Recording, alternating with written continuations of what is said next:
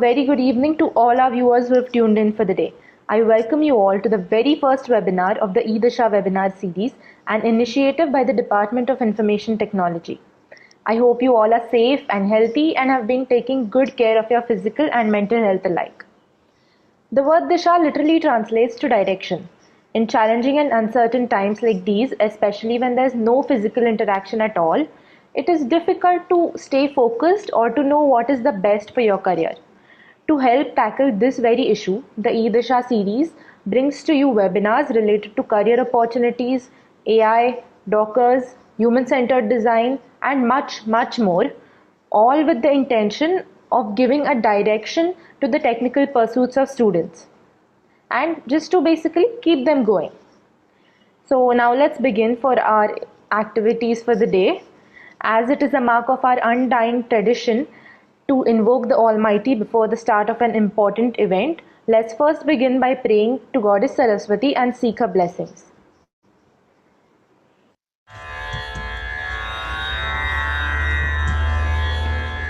Ya kundendro tushar har dhavala Ya shubhra vastravrata Veena vardanda manditakara Ya shweta padmasana Brahmachutam Shankaram Prabhutime Devyai Sada Vandita Samapatu Saraswati Bhagavate Nishesha Jadyapaha.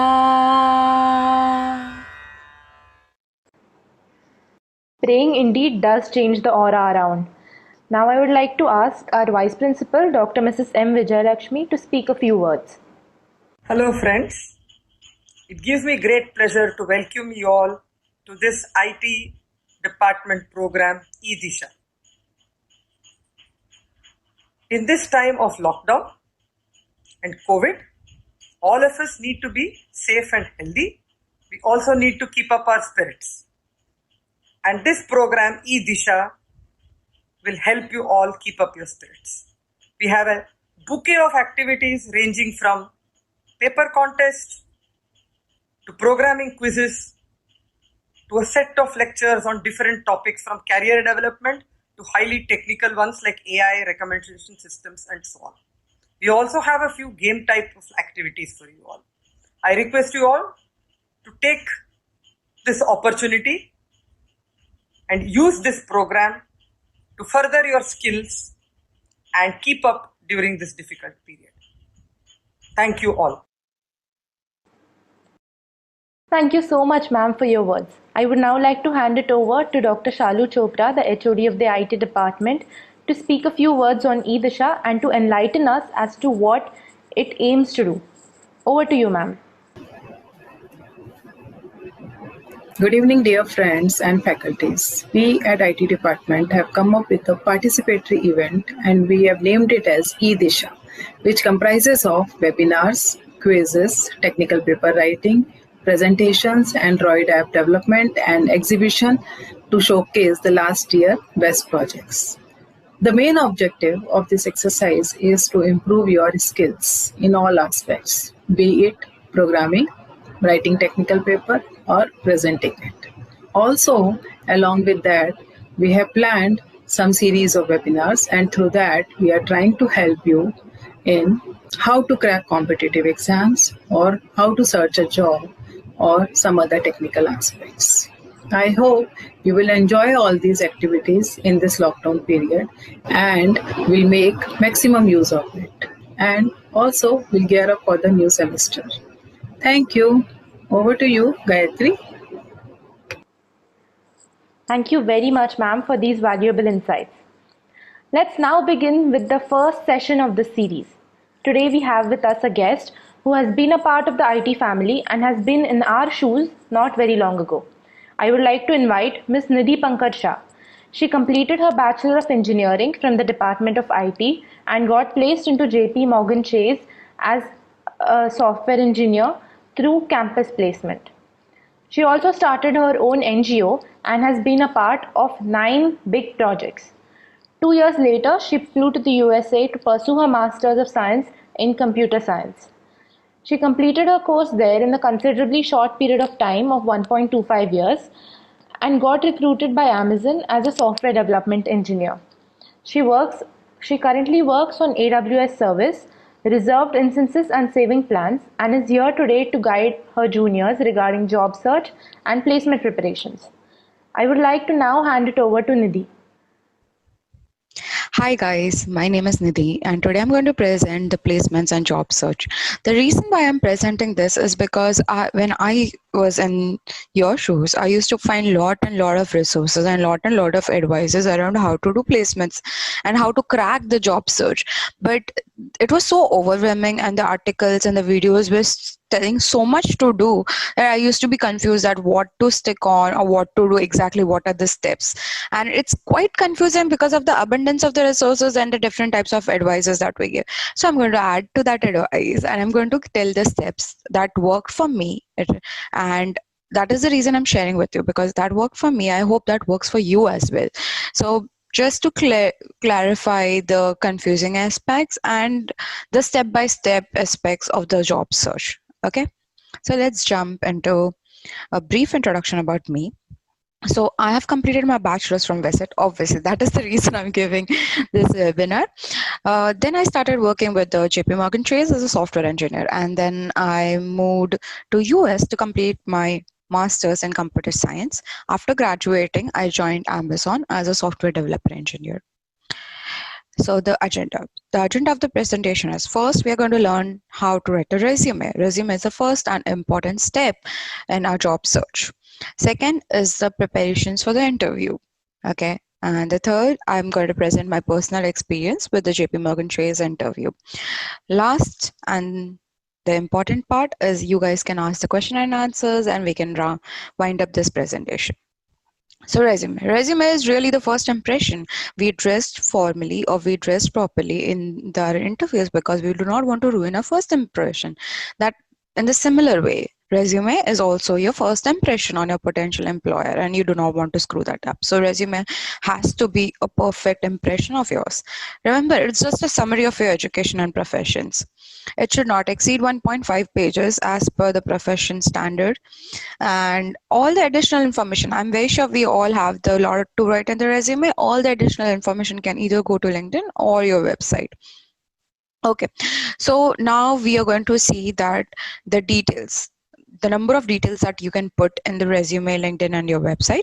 So each of the box present the space that you have with each of the components. Okay, so resume, you have the least space, so you need to keep it succinct. LinkedIn, you have more space, so you can put more details of the projects that you left out in the resume.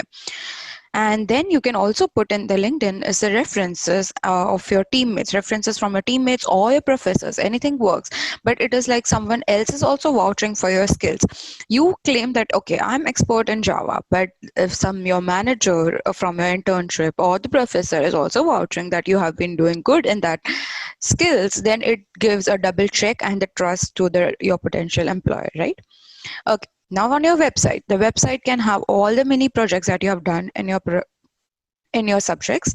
Also, it can have the extracurricular activities. And what I like about the website is that you can divide your website as you want. LinkedIn, you know, it's a very one page and you have this employer has to keep on scrolling, so they might miss some points over there. But in the website, you can divide it very smartly, that you can have the project section. In the projects, you can divide it by languages like Java, Python, Node, and then the extracurricular activities also you can divide, like leadership, the competition can be further divided by communication competitions, technical competitions if you have been to. So you can divide it and then present the information in a really nicer way.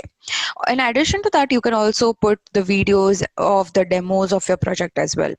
Also, it also gives you advantage because like website you're going to design it, right? So the website, when you design a website, it gives a good impression about your UI design skills. Also, if you're coding it from the scratch, you already have shown that I can code and I am a good web developer at least. And even if you're using the templates, that's fine. Okay, that's really fine, but still it shows your UI design skills. Okay, so website is a win-win situation, I feel. Okay, now the template of the resume. This is how I follow. It is not essential that this is a standard format or something like that. This is the template that I follow, and I think that I can cover all of the points by putting this headings. So you can also follow that if you like it. First is the header. Second is the education. Then you can put your technical skills. Then you can jump to your profession, and then you jump to your projects. And last, you can have your achievements and leadership.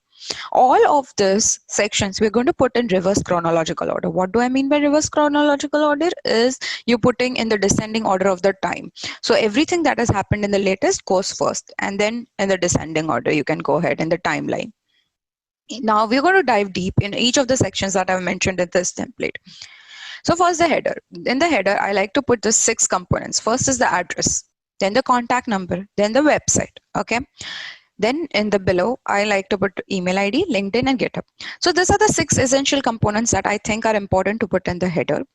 You can put in any order that you want. You can change the order you want, but I think these 6 things are important, and all your links should be hyperlinked so that your employees can directly click and jump to a desired web page. Okay, you do not want them to copy and paste your links in the web browser. You do not want to give a hard time or make them work hard. Yeah, because they are potential employees and they're going to give you job and salary both. So do not make them work hard, make their life more easier. Okay, so also obviously do not forget to mention your name and surname. I know no one is going to forget that, at least. Okay, now the next section. So education, I used the tabular format before, and now I started using the second format. You can choose what format you want.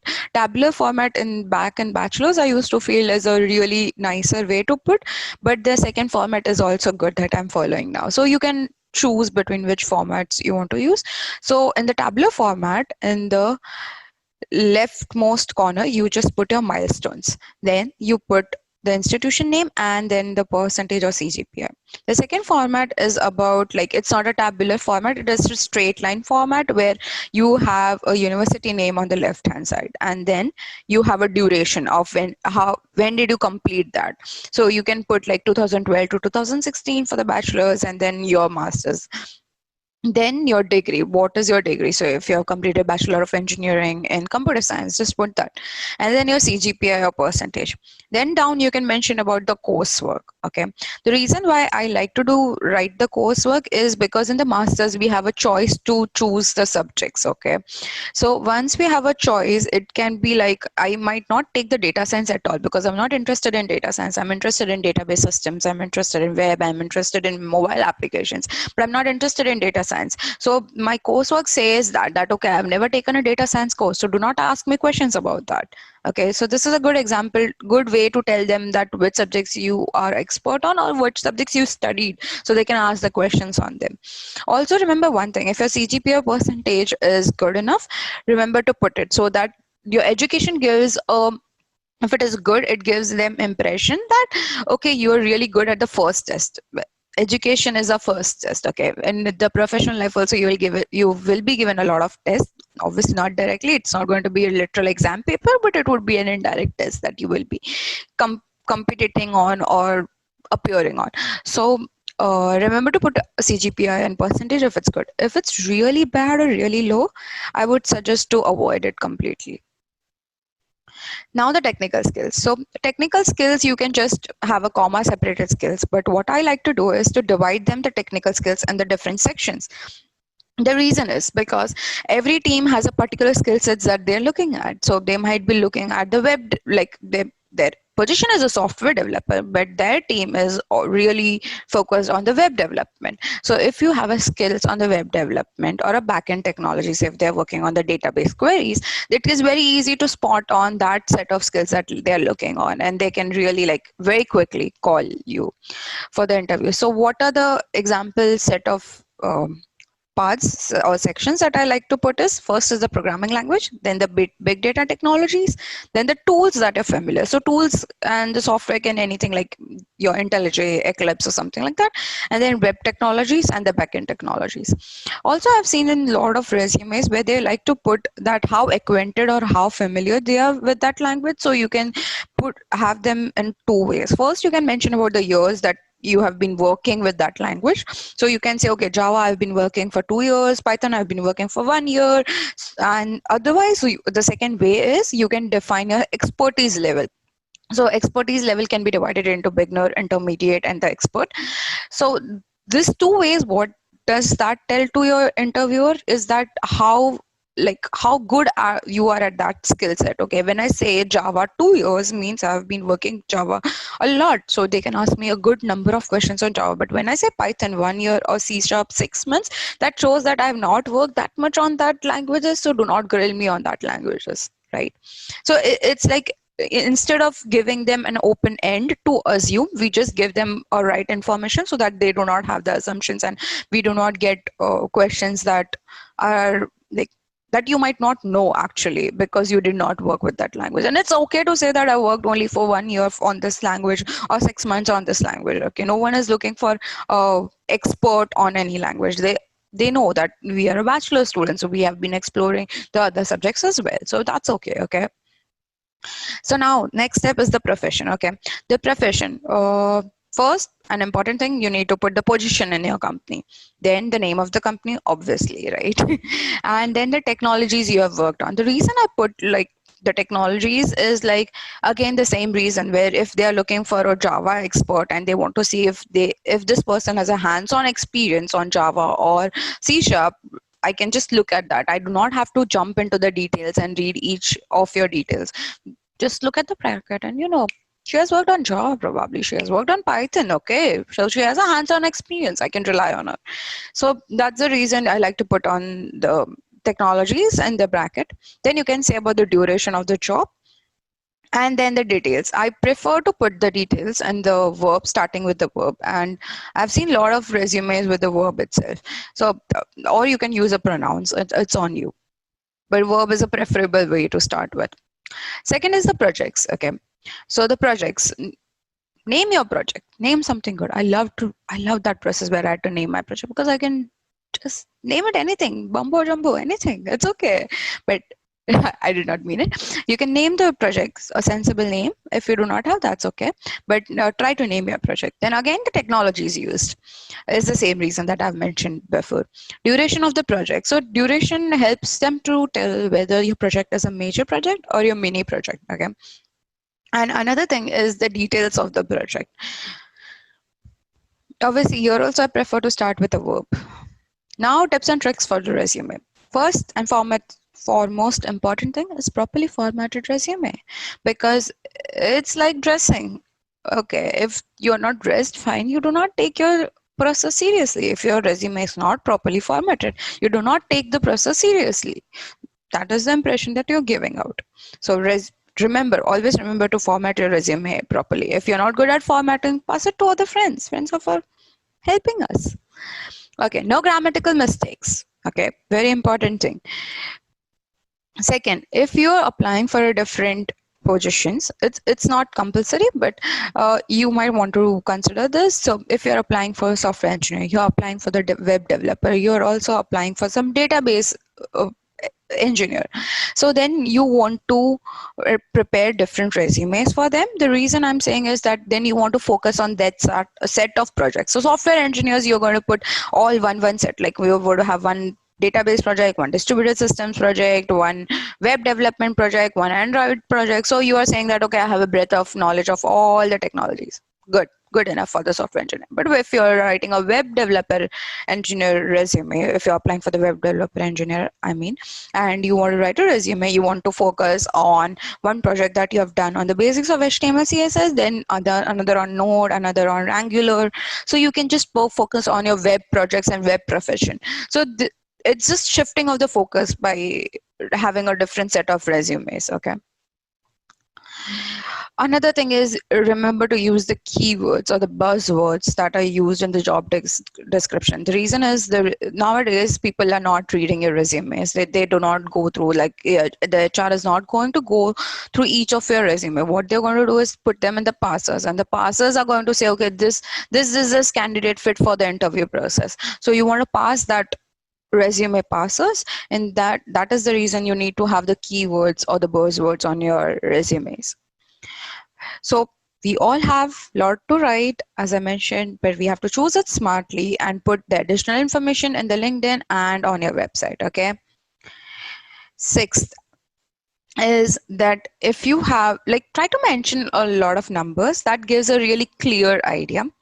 The reason is, so if you are participated in the hackathon, and if I say I ranked first in that hackathon, okay, fine. But when I say I participated in the hackathon and ranked first against the 30 teams, so that gives like another level of impression, right? You competed against 30 teams and you won. That's really wow. The whole level of impression changes. So that is the reason why you should put a lot of numbers around it. It gives them a clear picture.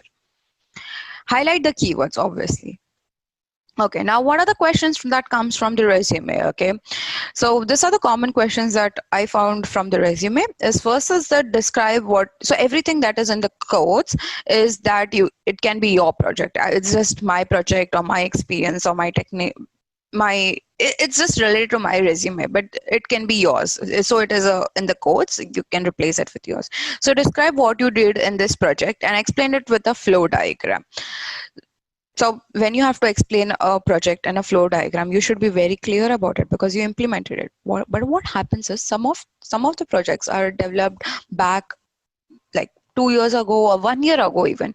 You might forget the small details, and when you start drawing the flow diagram, you might just hesitate about it. Like, you might not be sure about the things, and that unconfidence will be seen on your face, and your interviewer can guess it. We do not want to show that, and we do not want to tell them that, okay, we are lying or we do not know what we have implemented. So it is essential that you go through and revise your resume really nicely. This is the most important part, and most of us miss it because we prepared our resume in the very start of our process, and then we forget about the resume. We're like, we have the resume, we're just going to forward it to all the companies that ask. But it is essential to revise your projects time to time and remember what all implementation details that you want to mention them. And moreover, if you have revised, you will feel more confident while explaining them. Second, what was your role in the narrative of following project? The reason why they ask is, if you're mentioning that is a major project and it is a 4 people project, they want to know, okay, what was your role? If you're telling, okay, I made a parser, then you did not make it alone. You did not prepare a whole parser or a compiler in 2 months, a semester. No, you did not do that. So they know it is a team of the people who have done that project. So they will ask you, what was your role? So you can say, okay, my role was to develop an algorithm, or my role was to handle the backend. So that is how the role comes into the picture. So if you're mentioning some big project and you know it is a major, like your BE master's project is a group project, they know that part because they have been coming to visit and they've been interviewing visit students. So they know that it is a group project. So you need, like, do not try to lie on that. Second, if you have mentioned some like extracurricular activities, achievements, and leadership section, so there you can be asked, what were your responsibilities as this in this society? So I think that this is the easiest question. So, but if you're bluffing, then prepare the answer well. What are the key features of the language? If you mentioned a lot of languages, they might ask you, okay, tell me what is the key features, or what is the difference between this language and this language? So remember to revise your language as well, not only your projects and profession.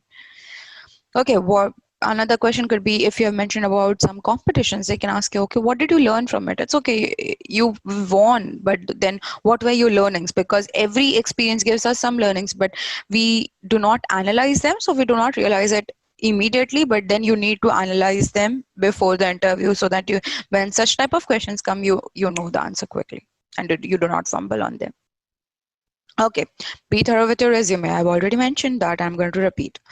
There will be projects that you have done long ago. You need to read them. And also about the languages. There would be the languages that you did in second or third year and you do not remember them completely. That's fine. Humans forget. That's okay. But you need to revise them. Okay, to show that you're not lying on your resume. Important. Do not bluff or manipulate your interviewer because they are way smarter. They are going to catch you eventually. So yeah, I do not want to, because that is a strict no. I would say strict no, because it is also that it disqualifies you immediately. It doesn't even give you chance to evaluate. Like, they will not give you chance to be evaluated. They would just say, okay, this person is a liar. I don't know, they are going to lie, or whatever they have said is also a lie or not. So do not bluff. Trust me. Okay, jumping to the interview preparations. I think you guys were waiting for the sections because I took a long time on resume and it can be quite boring, trust me. But then it is very important. So aptitude test. So first you need to, so RS Agrawal was like key for me. I used to prepare my quantitative and the verbal and non-verbal from there, from the RS Agrawal. But sometimes the books, like I get bored by one thing very easily. So I need to have a second option. So India Books was my second option. So whenever I got bored by RS Agrawal, I'll go to India Books, switch. So India Books is a good website. It has a good UI and a good interactive, and they have a good set of questions as well to practice. So you can choose among them. Then, and the aptitude test. Remember, a lot of companies has outsourced their aptitude test. So they have given to a lot of companies, and then you can search that companies, third-party companies questions. So there would be some companies like AMCAT. I think they focus more on volume problems than other problems, time and work problems as well. So you can search for this third parties and what chapters they focus on, and accordingly you prepare for that chapters more than other chapters. So that gives you a really, like, if you do a homework, you would have an upper hand while solving things, trust me. So these are the few companies. And okay, I forgot to mention about this, but if you're taking notes, don't take notes, because I'm going to send out this presentation to the professors and they're going to forward it to you. So please do not take any notes. You can just sit patiently, take popcorn if you find me entertaining, and then just listen to this presentation. Okay. So one is the AMCAT, and then this other set of other third parties that I found, they outsource their aptitude test. Okay. Okay, so in the technical test, first and most important thing, choose your language. So it's okay if you're expert in C, C++, or any other language. Do not go on a trend. Like, I've seen a lot of people, they were expert, they were really good at C++, and they went behind Java just because it's a trend that a lot of projects are there in the companies on Java. So they went behind Java and they could not ace the test. But I'm like, what I understand is that it is not at all essential to do that, because language is just a way to write a programming. They want to know how you can program, right? They want to know more about your logical thinking than your programming or your hands on a particular language. So it's okay if you're a C++ or any other language expert. Go ahead with the language that you're comfortable with, or with the language you have been most working with, so that you will not get confused and you will ace the technical test. Okay. Second is revise your data structures. Very important thing. Data structures are like key to open all the treasures of the interviews. Okay, especially if you want to crack the big fours like Microsoft, Amazon, Google. Data structures is essential. Most of them just focus on data structures. Trust me, I've given Google interview, and all, even my final interview was on technical data structures. So I'm telling you, data structures is a key. It's a very big key, and you want to have that key. So revise your data structures, okay? Revise your data structures and algorithms. These are the few channels that I've mentioned that I find it really easy to learn with. So Algorithms with Attitude is a channel of a professor from SJSU, and he's really funny.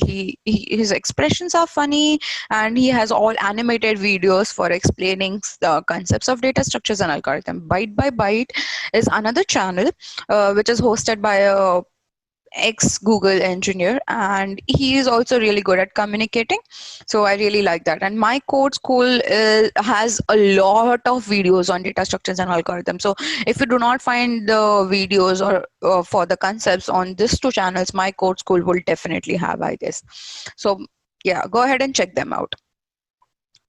So okay, we did the second step. We revised the algorithms. Okay, now what is the third step? Third step is we need to start solving the data structure problems, and you can start the basics from either Geeks for Geeks or the book called Cracking the Coding Interview. Cracking the Coding Interview, I feel, is a bible for revising the data structures and solving the basic problems. At least for me, I really found it really helpful because it has the step-by-step process, step-by-step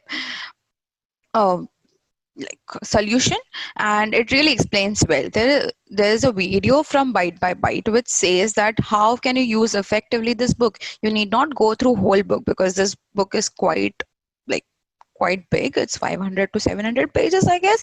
So you need not go through all of the chapters. You can go through only the essential chapters. So Byte by Byte has this new good video you can refer to because we all have a limited time to prepare for our interviews. It's not that we have a year, or you might have a year if you start preparing from your third year, but not then more. You cannot have more than 1.5 years to prepare for your interview. So it's essential that we have a shortcut ways but an effective ways to ace our interviews, right? Okay, now you are familiar with the basics of the data structures. You're familiar with solving the basic problems. Next step should be you can start jumping and solving some complex problems on lead code or HackerRank. Okay, all this technical test expertise or the technical test, like a good familiarity with the technical test and data structures, can come only with practice. So remember, initially the practicing data structure problems can really be frustrating. It's going to take a longer time, but just enjoy the logical thinking and how the problems are solved instead of thinking, okay, this is taking a long time, I'm not able to solve it. Everyone goes through this phase, trust me. Even I went through that. Oh, I cannot do this. Oh, I do not know this. Oh, I'm so dumb. No, everyone feels that, but trust me, none of us are dumb. Okay, we all are smart and we all can do it, but we just need some amount of patience and a lot of hard work. Okay, so the key is practice and practice. Keep on practicing. Okay, preparation for interview. These are the general questions. You need to prepare them thoroughly. You can practice these questions in front of mirror or with your friends, okay, so that you do not fumble on these questions. First is introduce yourself. I've seen this question common across the interviews, be it like a big four or a banks or any other companies. They ask you this question is introduce yourself, and at that time if you start fumbling, you're like, okay, first impression, and you give so bad impression. You don't want to do that, right? So go ahead and introduce yourself in a very nicer way. You decide what you want to say. Have a 4-line preparation, and it should give everything. Like it should give a nice summary about you. Okay, so first thing, you have to decide what you want to speak in that 4 lines. Second, practice, and third, more practice. Simple. Okay, what are your strengths and weakness? Okay, second, okay, strengths and weakness question. I forgot to say, do not mention the weakness. Like I'm short tempered. I'll punch someone if they come in my way. I do not listen to anyone. I just rage out my thoughts. No. Do not. You think if you are in the shoes of the employer and someone says, okay, I'm short tempered, you're being honest at that point. I understand it's important to be honest in your interviews, but if you're being so honest, probably they will reject you because they do not want their employee to be very rageous and a short tempered one. So do not mention about such stupid weakness, or I cannot match my shoes with socks or something like that. Do not mention such stupid things. Just mention about some weakness. It can be any weakness. Like in my case, I used to mention about that I'm very obsessed with organizing, and a lot of times I just waste my time on organizing. Instead, a bit clumsy things are fine. So something like that, on that lines. Like it should not be too harmful, but like, yeah, it should not be too harmful.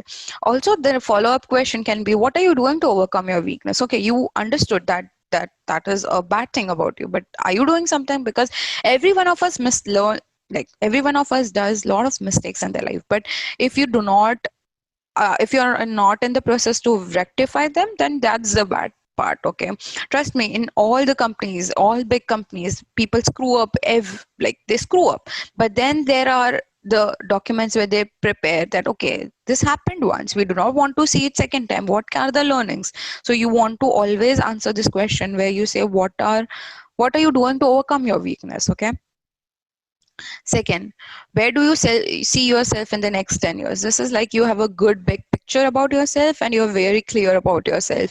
If you're clear about yourself, they can assure that you will be clear about the company's goals as well. So yeah, this gives a good like a good thinking of, and it shows that you have a good foresight as well, right? So you can see yourself in the next 10 years. Why that company? Very important. Do not go to a company's interview and show that, okay, I do not know the name of your company. My friend just told that you're recruiting, so I applied for you and you called me for the interview. Thank you. Now, I want to say that what are the good points about that company? Why are you passionate about that company? Because if you're not passionate, you will not work dedicatedly, and that is not good for companies. So they're not going to hire you. Okay. So you really want to do a homework and look at the goals and visions and how they align with you and your personality, and you want to mention that and why that company. What is one achievement that you're proud of? We all have the achievements that we are proud of, so you need to think of one achievement that you're most proud of and you can give the reason why you're proud of. This is an easier question. What is your role model? Who is your role model? Sorry. And what are your hobbies? Okay, now jumping to the technical interview. Subjects to be revised for the technical interview. So in the technical interview, ideally they can ask you anything from your bachelor's, anything. Yeah, they can ask you maths problem as well. Don't worry, they don't remember, so they're not going to ask you that. But from second to fourth year, they can ask you any questions. So these are the important subjects that you need to revise when you go back to the interview. The reason why I'm saying is because these subjects are used in the industry, so they want you to be familiar with that subjects. Okay, so any specialized language, it could be Java, Python, C++, C Sharp, any language that you are specialized with, remember to revise that. Second, database management system. So database is an important part of any system, right? Any application is an important part. So DBMS is an important part. Then the operating system. Operating system is also important. Data structures, I have already mentioned why data structures is really, really important. It's key. I'm going to repeat. It's the networking. Then the networking, because networking is a really common thing. You want your client and server to talk. How would you make them talk? Your handshake, your encryptions, this all comes under the networking, and everyone uses that. Revise the languages that you have mentioned in your resume as well. Okay, so these are the optional, but if you have time and you have started earlier, you can start this. And also remember one thing, that earlier you are in the preparations, more better you will do in your interviews. Like you need to start your preparations very sooner, and it's okay if you didn't start it, but then work hard, really, really hard, so that you can have enough subjects revised and enough practice that you can reveal in your interviews. Okay, these are the optional subjects. Design patterns, there are a lot of design patterns around it, and you can study about them. And the system design. Okay, the system design is like, if I've given you WhatsApp example, okay, so design a feature of calling calls in the WhatsApp, they can ask you, and then you have to design what are the classes required for it, how are the relationship, what would you store in the database from that calls and stuff like that. So that is a system design question. Okay, Java. So all of the subjects that I've mentioned before, I'm going to dive deep in each of the sections, essentially the first 5 subjects that I mentioned, and then we will look at the resources of that subject, and then we will look at the sample questions. The sample questions are going to be the intermediate level. The reason why I'm presenting the sample questions is that to make you realize, if you are able to answer the intermediate questions, all of them, then you can think that you have to prepare for your advanced of that subject. And if you're not able to answer that intermediate questions, then you have to go back and revise the easy questions or the basics of that subjects. Okay, it's not to make you feel overconfident or underconfident, it's just to give you some homework, as well as to give you some idea of your preparations. Okay. So first, Java, Sun Certified Java Programming book. It's an amazing book. Okay, it's an amazing book because it explains the concepts as well as it gives some examples. Okay, and it's like it will explain the abstraction and it will give 2 or 3 examples on them. So that's really a good understanding. You might forget the definition of abstraction, but you will always remember the example. With the example you can form the definition. So that is the reason why I like Sun Certified Java Programming. It is available in our library. You can borrow from the library. Another, if you are just like it's half an hour before your interview, you can go to Java T Point and they have really good concepts explained in 2 or 3 lines, and then they have a small program related to that and that concept. So that also makes our life easier. But I would not recommend to do only that much because you want to have a deep understanding of the basic concepts. The reason why I'm mentioning Java here is that I my specialized language was Java, so I'm mentioning Java here. If it is your Python or C++, go ahead and revise that first, and if you want, then come back to Java. YouTube channel is this is the Telesco Learnings. It is hosted by Naveen sir, and Naveen sir was my trainer in the JP Morgan Chase back when we were doing the training, and I used to love the way he used to communicate. So I like his videos a lot. So you can also refer to this. Okay, the sample questions. We are going to read through the questions. I'm going to give you around 5 to 10 seconds to think. If you're able to give the answer, you know the exercise, right? You know the drill. Okay, let's start. Sample questions. Give a real life example of the abstraction.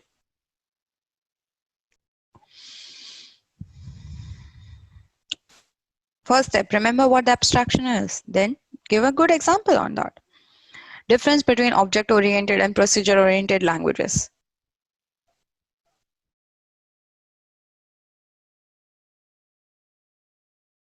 Difference between method overloading and method overriding. I hope you have answered these questions, and if not, you know what to do.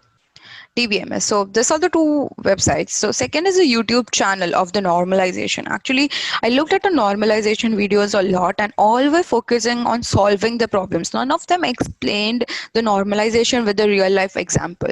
This is the only YouTube video that I found, at least, that which had the normalization and that relates with the real life example, which was really easy to understand because most of the interviews, they're not going to ask you to solve the normalization problems. Technical test might have such problems, but interview would not have that. And study tonight has a lot of queries, so they explain the concept and then they have a lot of queries on the same concept. That really helps. Okay, the sample questions. What is normalization, and explain its different types. Explain different types of joins.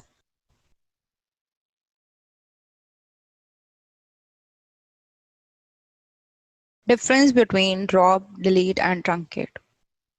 There will be some of the people who would be thinking, oh, is there a difference?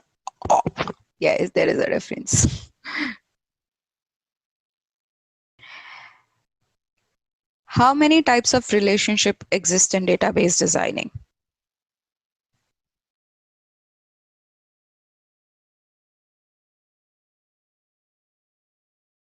Quick, quick, quick.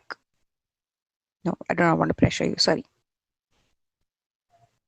Okay, operating system. Operating system, I just prepared from Tutorials Point, which is very famous website. I think there are enough concepts over there, but if you have a better resource, you can go ahead and prepare from them as well. The sample questions. What is the difference between process and program? There is a difference, trust me. What is the fragmentation? What is the difference between logical and physical address space? What is semaphore?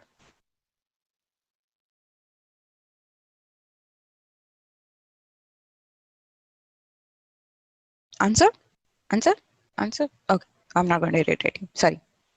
I'm not bad at senior, trust me.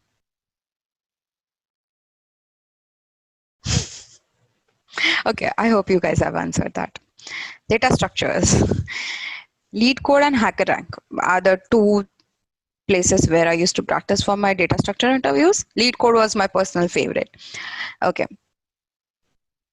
Okay, what are the tips for solving the data structures interview? So, anywhere, if you start with the hacker rank or with the lead code, start with the easy and frequently asked questions. So, both of them, at least I know lead code has that they have this filter where they have divided the problems into easy, medium, and hard, and then they have divided with the frequency. So, you want to practice, which is the easy and most frequently asked questions in the interview. Then you can go ahead and so look at, try to solve the problem. Okay, take some time.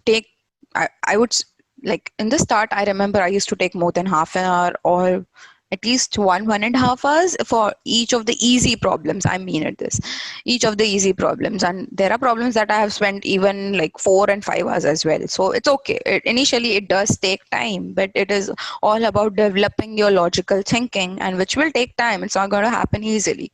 So once you have got the solution, what you can do is you can go to the discussion section and look at the other people's solution. The reason is you will get a different tricks to solve the problems. You might have solved it one trick, okay, but then there are a lot of ways to do in programming. Everything can be done with n number of ways, trust me.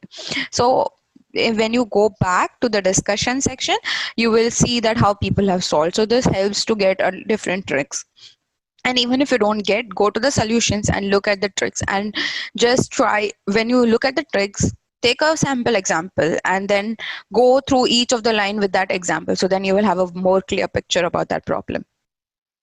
Okay, time yourself as much as possible. So I said initially it takes time, but then slowly start timing yourself, because the time pressure can make your brain work like slow, and in some cases it might stop. Trust me, when I started timing myself, my brain stopped working. It was like, why are you pressurizing me? And I'm like, okay, dude, you do not have infinite time in the interview. You have to work fast. So time pressure is important. You need to train your brain to take the time pressure.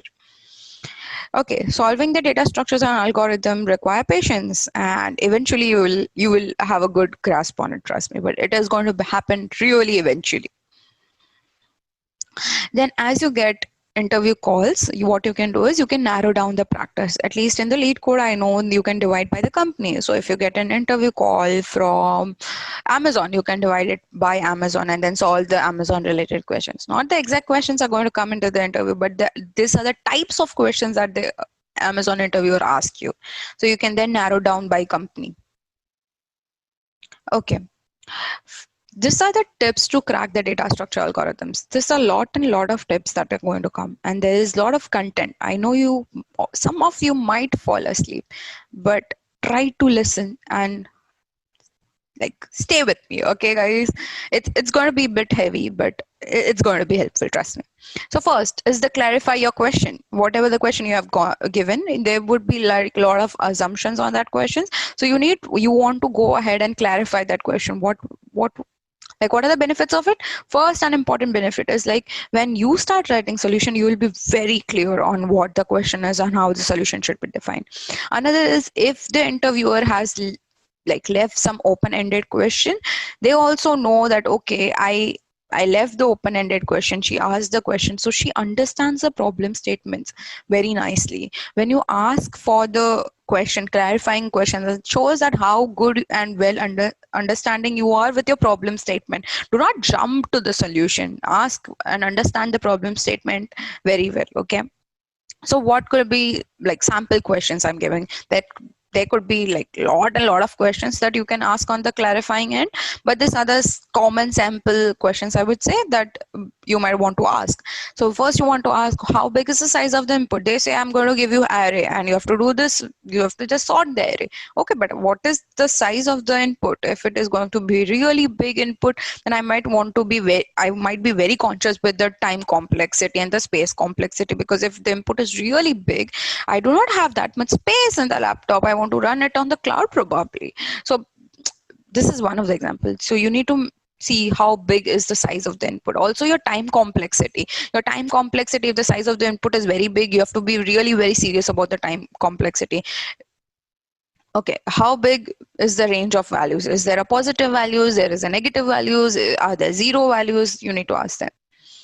What kind of the values are there? So are there negative numbers? Are there floating numbers? Are there integers? There would be input, there would be empty inputs, null inputs. Will there be a duplicate? There are a lot of problems where if there are duplicates, the whole solution or the whole logic changes. So you want to ask that, okay, are there any duplicates in the input? What are some extreme cases of the input? Right? So there can be some extreme cases where they have given, so if your problem statement requires assorted numbers, then is there a case that instead of ascending they're going to give me descending order? So then the whole complexity changes, right? Because it's descending and you're going to reach to the maximum level of your time complexity. It would be the worst case of the complexity. So you want to ask, what are the extreme cases of the input? How is the input stored? Like, is it in a dictionary, it's in a string, or it is a trie? You want to ask that question. Okay, it is okay to start with an inefficient solution. It is not essential that you come up with a perfect time complex and space complex solution. You can start with an inefficient solution. That's really fine. Then you keep on working, and if you're working, like, you're working with an inefficient solution and you're thinking out loud, your interviewer also will give you some hints around to solve that problem and go towards a efficient solution. Also consider validating your input. You If you do not validate on empty or null input, it will directly throw a null pointer exception, right? Think out loud, very important. If I give you a question and you are thinking on it, okay, I know you are thinking on it, and I've been waiting for 2-3 minutes, it's going to get boring for me because I don't know what you're thinking. So when you start thinking, you think out loud, so I know what your thought process is. Though you might not come out with the efficient solution, but I know you're thinking logically, you're thinking in a right direction. Though the last solution submitted was not an efficient solution, but you were in the right direction. I can know that only when you think out loud and tell me what you're thinking about, right? Give the time, and once the solution is done, try to come up with the time and space efficiency of the solution. Use a good style to write your code. Why I'm saying that is because if you're writing a very without indentation, so lot of interviews would be like a video interviews where you code and your video and your screen would be shared like the way we are doing it now, so they can see your screen as well where you're coding, and they are going to read that code. And if you have written with a very bad indentation and very bad names, A, B, C, I, J, K, it's going to be difficult for them. So try to write a meaningful variable names, indent them. It doesn't take a time. It's just a tab and two, like, some few characters more, and it's okay. We have been typing a lot, so you can type. Okay, so it's essential to write a good and good style. After you have done coding it, do not declare that I'm done. Instead, review it. Review your code yourself, because there are high chances that there would be some bugs in that code. How would you review that? Come up with a small test case and review your code. Do not forget that when you're reviewing your code and when you're going through that sample example, you need to think it out loud so your interviewer know what you're doing. If the time permits, you can clean your code, like remove the repeated code and put them in the methods or something like that, and clean your code as much as possible. And this is a small tip, but global variables are not recommended to use. And if you have to use it, it's okay, use it, but do not mutate them, because if you're going to mutate the global variables, then some of the code might fail. So you do not want to mutate your global variables. Data structures, it's not essential that for a solution we can use only one data structure. There are chances where you have to augment a data structure. So suppose you have to use first hash map to get numbers or something in some order, and then you can use the linked list or something to store them so that you can retrieve or you can navigate or traverse through them very easily. So there are solutions where you have to augment your data structure. So give a thought about that as well. Do not stick to like, okay, I have to come up with only one data structure. Oops. Okay, last, it is like, if you do not come with any solution, hash maps are like to go. just take hash map and try to solve that problems. A lot of problems can be solved by the hash maps. Okay, now I'm going to go with my JP Morgan Chase interview experience. First was the round was a resume filter. Then we went to the aptitude and technical test. Then the telephonic interview. Fourth and the second last was the Code for Good challenge. And then there was a technical interview. That was the final round. So the aptitude test was divided into the 4 parts, and most of them were like RS Agrawal type, not the exact questions, but almost that way. If you've solved, then you can have like you can solve that. Technical questions were mostly about the looping and flow chart, and then there would be a code snippet that is given, and you have to tell what would be the output of that code snippet. There were few questions on the conceptual knowledge also, like what is HTML, what is the difference between HTML5 and HTML4, probably like some kind of conceptual questions, or abstraction or inheritance of the Java. So time was only 60 minutes. So like more than anything, more than questions, at least I found that the time constraint was very less. So 80 questions and 60 minutes is like you do not have even 1 minute for each question. You have to be really quick. So yeah, remember, even when you're doing RS Agrawal or when you're preparing for your aptitudes or technical test, you have to time yourself. Okay, now starting with the telephonic interview. Telephonic interview was mainly on my resume. So I had mentioned a lot of web technologies. So they asked me questions around the web technologies. Then I had a backend technologies as MySQL and SQL. So they asked questions on SQL. And then what did you do in this project? And what did you do in the extracurricular activities? So a lot of questions around my resume. And remember one more thing, that in all of these interviews, it's okay to say that I do not remember this. Like I am, be honest, I forgot this. Like I do not remember this, but I did work on this, but I'm just not recollecting it from top of my head. Sorry. Okay, that's okay to say. They understand that all humans forget. Okay. Code for Good experience. So what was it?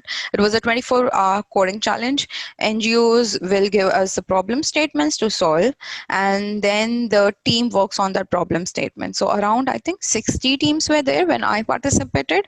Not sure about the number, but approximately 60 teams are formed based on different colleges, and they're pretty random. Every team will have a mentor that will help you guide, and there would also be SMEs, the subject matter experts around the subjects as well, whom you can go and ask the questions, and they will be happy to help you. At the end of the 24 hours, every team presents their products that they have developed. So it's like 60 teams are not working on the same projects. So we had 4 problem statements. So 15 teams were working on each problem statements, and then they compete against each other. So first round of the presentation was the 15 teams are working on each of the problem statements. And from that 15 teams, they selected around 2 or 3 teams, which will go in the final round. And in the final round, all the problem statement products compete against each other. And finally, they will choose the 2 winners. Okay. It is not essential to win this competition. My team did not even make to the final. Still, I got an interview call. So it is not at all essential to win that competition. It is all about your performance. Though you're performing in a team, it is about your performance in that competition, how you're good at the teamwork, how are you solving that problem, how are you presenting the problem and your product statement. That all depends there. Okay, so the interview questions. There were questions on Java a lot, because I had mentioned like a lot of my resume speaks about the Java, and my final project was also on Java. So they asked me on abstraction, inheritance, give some examples. So so every concept, I think they asked, okay, give us some real life example to see the understanding on that. Then there were questions on SQL. They asked queries from my project. So they said, okay, so first question was about the flow diagram of the resume, and then they said, okay, you're going to get this username or this from the database. So how are you going to use, what was your data database schema at that time. So I designed the database schema, ER diagrams, and then told, okay, the query would look like that. And then he, okay, said, okay, is there a scope of normalization in this? So then I went and said, okay, the year probably you can normalize, 2n normalization you can use here, 3n normalization you can use here. So it was like a example based, but it was a real question on what is the normalization, or what are the queries you will use. So if you are familiar with that questions, you can easily relate with your projects and go ahead and answer that questions. There are also questions on draw the UML diagram. So I mentioned that ER diagrams and stuff diagrams I had to draw. I also drew the sequence diagram. I was asked for the sequence diagram as well.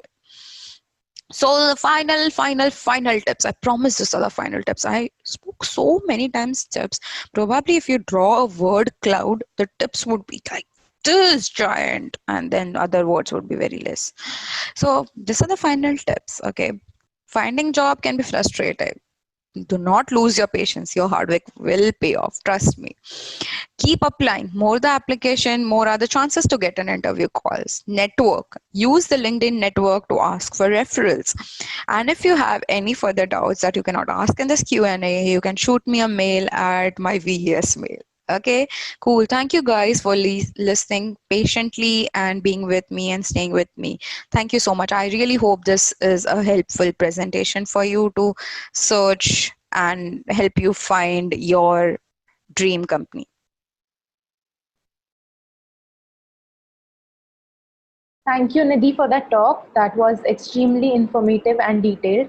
I think you covered almost everything that one might want to know to begin with.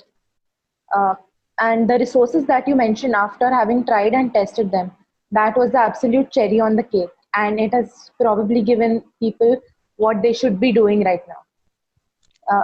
So let's begin with the first question, which is coming in. The students rely on online tutorials and YouTube tutorials. So one question is, how do you utilize these tutorials in a better way, and how much time should they dedicate to it? Okay, so online tutorials are quite tricky when you're looking at the common topics, because there would be ample of online tutorials on it. So what usually I like to do is to go through the video very fast. You can look at 1.75, or you can keep on skipping every 1 minute or 2 minutes and going through the whole video.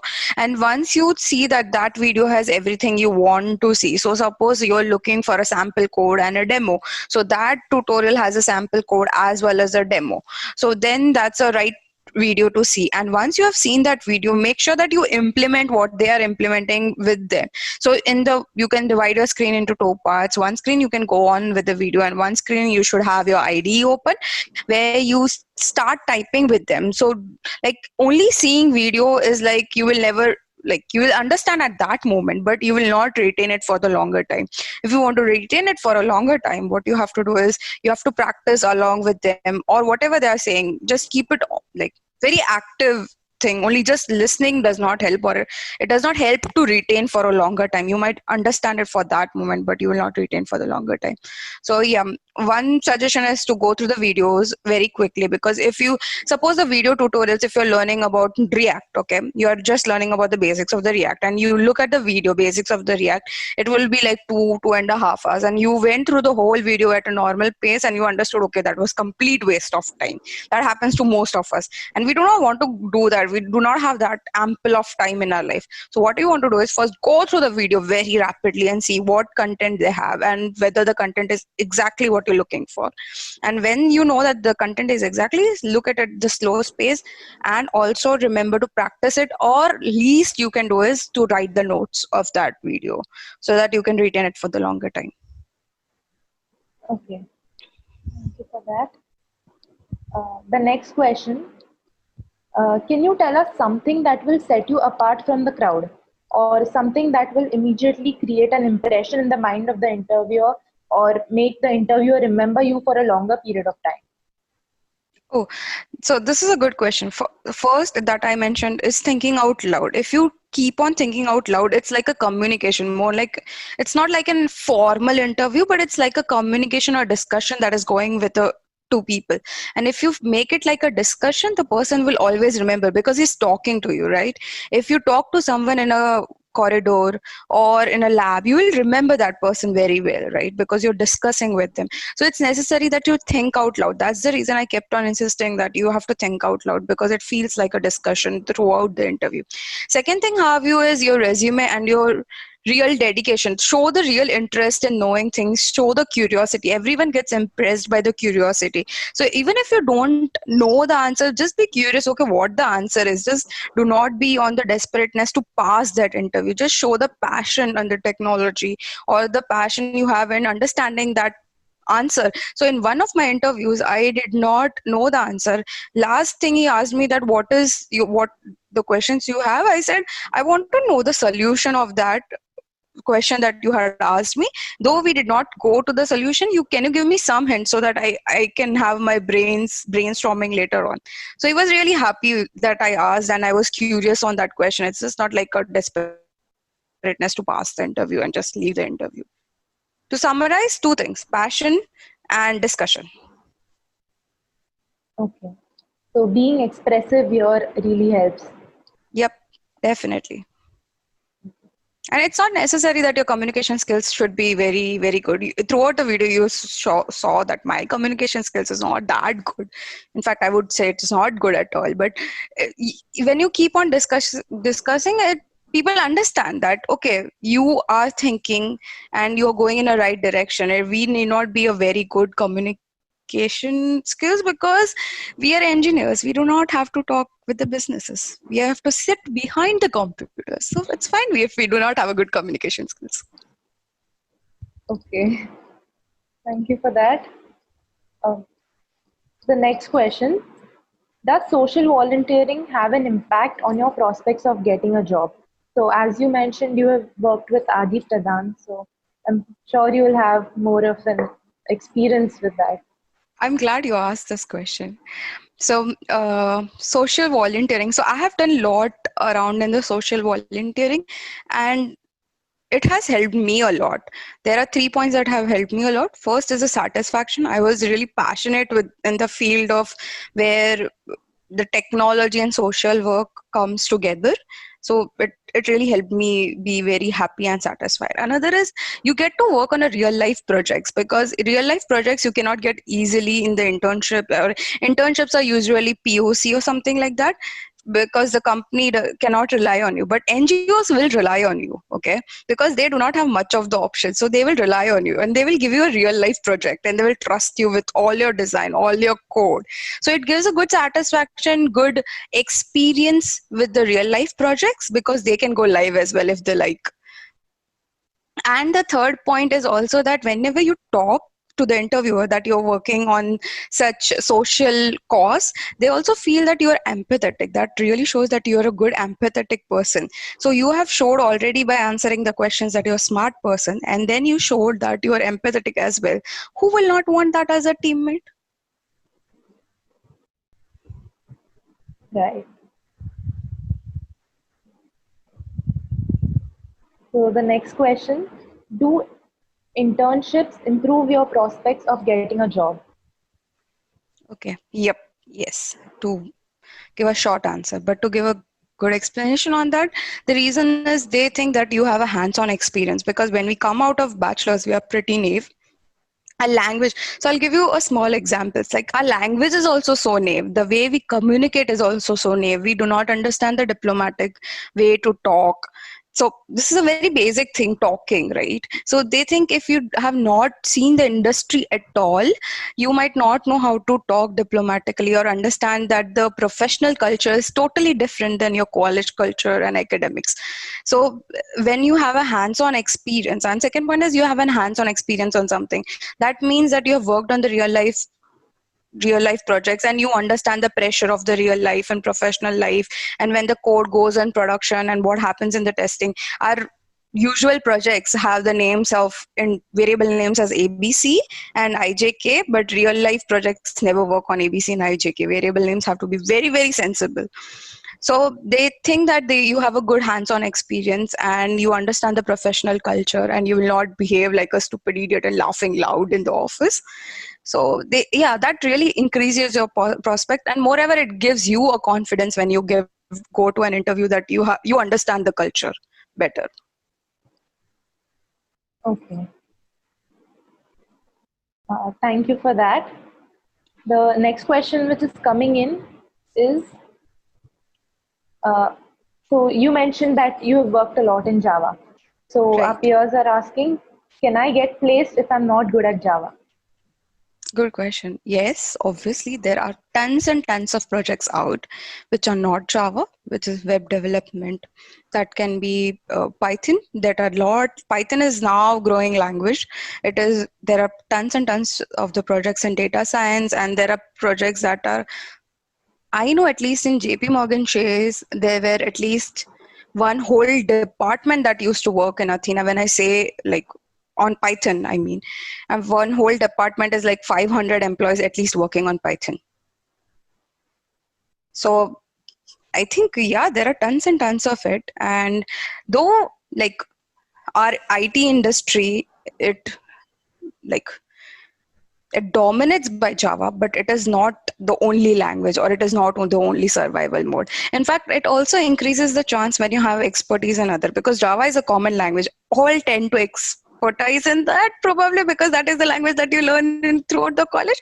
So there are a lot of students. But if you have expertise in some other language, you have increased your prospects and you have reduced your competition. Simple. So go ahead with that specialized language. That was a great answer. Um, this is the last question for the day. It is, how important is it to learn languages like Java or C for a student who is interested in web development? No, it's not. Like, so I do not look any of the languages as important. Java is important because you understand the object-oriented programming on that side, but like React, Node, this also has the object-oriented programming. So that there Java might be useful. But if you're completely like inclined towards the web development, Java and C should not be very important in learning, because you're going to go ahead and develop there. And I'm really happy if someone knows that they like web development more than Java and C, because when I completed my bachelor's, I had no like preference of languages, because probably I didn't know which language I liked. I worked on all, but I didn't have a preference. But I'm really happy if the students have that preference. And if you have preference, stick to that. There are tons and tons of companies who are taking a web developers, and I know at least, I don't remember the company's name from top of my head, but that comes to the website and it offers the highest package, more than Morgan Stanley as well, just for the PHP developers. So yeah, go ahead if you are interested in the web development. And web is like, it's never going to end. Java, C, probably some language will take over that, but web is not going to end. As far as we are using internet, it is not going to end. So go ahead. You are more secured than us, so go ahead. So that was our last question. Thank you for your efforts and your time. It was a pleasure having you here, and I'm sure the students must have taken their notes, and now they must have had a clear perspective as to what they should be doing. Right. Cool. I'm happy that it helped you.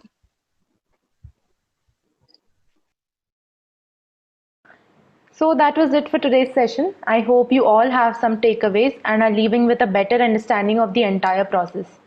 Thank you all very much for being with us here today, and do tune in tomorrow for the next part of the e-Disha webinar series. Until then, stay safe.